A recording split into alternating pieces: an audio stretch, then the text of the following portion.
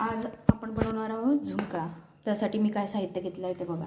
कांद्याची पात, कांदा चिरून घेतलेला आहे, लसणाच्या कळ्या 5-6, कोथिंबीर, हिरवी मिरची, 1 टमाटर आणि हे थोडंसं पालक 100 ग्रॅम आणि 1 वाटी बेसन आणि हिंग आणि इतर साहित्य आता मी जेव्हा फोडणी घालेल तेव्हा पहिले गॅस ऑन केला, त्यात मी चम्मचभर तेल टाकलं आहे आणि त्याला मंद आचेवर थोडं गरम होऊ दिलं। थोडासा हिंग, आता टाकली मी थोडीशी राई, त्याला तळपू देणार आणि टाकणार थोडंसं जिरं।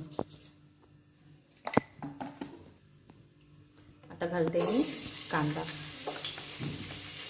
त्यात हिरवी मिरची आणि लसूण, त्याला हळद टाकणार आहे मी, त्याच्यात पालक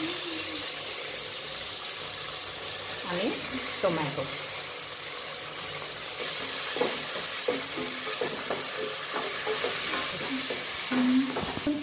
आणि आता घालेल थोडीशी कोथिंबीर, थोडंसं हळद 1 चम्मच, लाल तिखट पावडर 1.5 चम्मच आणि थोडीशी धनेपूड, थोडीशी पाव,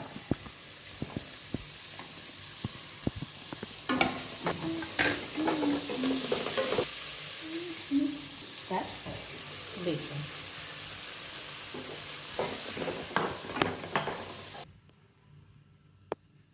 चवीनुसार। त्याला झुणका त्याला तुम्ही वाफेवर शिजू द्या। त्यात थोडंसं मी पाणी घातलं आणि मंद आचेवर ठेवलं, जेणेकरून ते बेसन व्यवस्थित शिजेल सगळं। त्याला हलवून घ्यायचं, थोडंसं मध्ये मध्ये चेक करायचं। तो आपला शिजलेला आहे, छानपैकी झाला, आता खमंग वास सुटतो। आता आपण त्याची प्लेटिंग करूया।